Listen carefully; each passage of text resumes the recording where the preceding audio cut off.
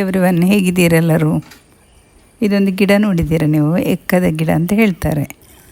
ಇದು ತುಂಬ ಒಳ್ಳೆಯದು. ಇದರ ಸಿಪ್ಪೆಯಿಂದ ನೂಲು ತೆಗೆದು ಮಕ್ಕಳ ಸೊಂಟಕ್ಕೆ, ಕುತ್ತಿಗೆಗೆ ಎಲ್ಲ ಕಟ್ತಾರೆ. ಮತ್ತು ಈ ಕಾಲು ನೋವಿಗೆ ಇದು ತುಂಬ ಒಳ್ಳೆಯದು.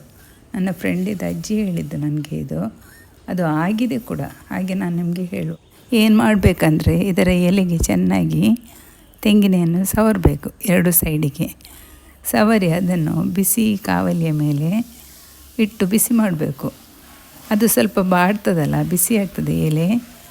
ಆಗ ಅದನ್ನು ನಮಗೆ ಎಷ್ಟು ಬಿಸಿ ಬೇಕು ಅಷ್ಟನ್ನು ನಮ್ಮ ಕಾಲಿನ ಗಂಟೆಲ್ಲ ಎಲ್ಲಿ ನೋವು ಇರ್ತದೆ ಅಲ್ಲಿ ಕಟ್ಟಿ ಒಂದು ನೂಲಲ್ಲಿ ಕಟ್ಟಿ ಬಿಡಬೇಕು ಅಲ್ಲಿಗೆ. ಅಂದರೆ ಅದಲ್ಲೇ ನಿಲ್ಲಲಿಕ್ಕೆ 1-2 ಗಂಟೆ ಹಾಗೆ ಇಟ್ಟು ನಂತರ ತೆಗಿಬೋದು. ನೋಡಿ, 2-3 ದಿವಸದಲ್ಲೇ ನಿಮ್ಮ ಕಾಲು ನೋವು ಗುಣ ಆಗ್ತದೆ.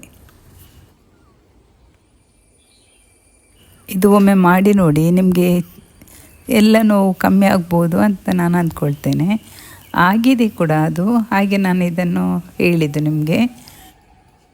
ಇದರಲ್ಲಿ ಒಂದು ಕಾಯಿ ಆಗ್ತದೆ, ಅದು ಅಜ್ಜನ ಗಡ್ಡ ಅಂತ ನಾವು ಚಿಕ್ಕದಿರುವಾಗ ಎಲ್ಲ ಹಿಡಿತಾ ಇದ್ವಿ ಅಲ್ಲ, ಅದು ಇದರದ್ದೇ ಕಾಯಿ ಒಣಗಿ ಅದರಿಂದ ಹೊರಗೆ ಬರೋದು.